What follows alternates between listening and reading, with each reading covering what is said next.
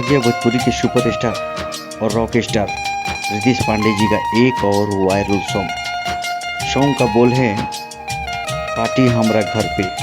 बहुत ही प्यारा और सुपर सॉन्ग है। इस सॉन्ग में रितेश पांडे जी का मधुर आवाज है। इस गाने की राइटर हैरी सोंद जी, म्यूजिक सजाया है विनय विनायक जी। यह सॉन्ग नूपुर भोजपुरी से 25 दिसंबर को रिलीज किया जाएगा, जो कि यह हैप्पी न्यू ईयर सॉन्ग है।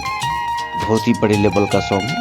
रितेश पांडे जी के जितने भी फैंस हैं नूपुर भोजपुरी पर 25 दिसंबर को जाकर गाने को ढेर सारा दुलार प्यार दीजिए, ताकि ये गाना ट्रेंडिंग लिस्ट में ट्रेंड कर जाए। साथ ही अगर आप हमारे चैनल पर नए हैं, चैनल को सब्सक्राइब कीजिए, शेयर कीजिए, ढेर सारा दुलार प्यार हमें भी दीजिए। मिलते हैं अगले वीडियो में, तब तक के लिए बाय, लव यू, जय हिंद, जय भोजपुरी।